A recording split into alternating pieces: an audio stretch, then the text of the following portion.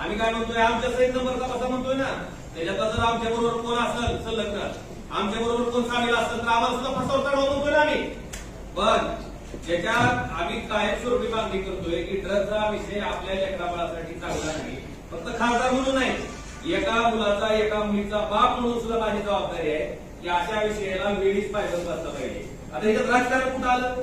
जी लोक ड्रग विक्री करत होती, ज्या लोकांनी ड्रग्सचं व्यसन केलं, ती लोक शाव झाली आणि जी त्याच्यावर बंद व्हावं म्हणून प्रामाणिक प्रयत्न करते ती चोर झाली का? आणि मंत्री महोदय मला सांगायचे, त्या ड्रग्सच्या प्रकरणात इन्व्हॉल्व असणारा माणूस प्रेस कॉन्फरन्स घेत आहे आणि आमचा बाप लढतोय.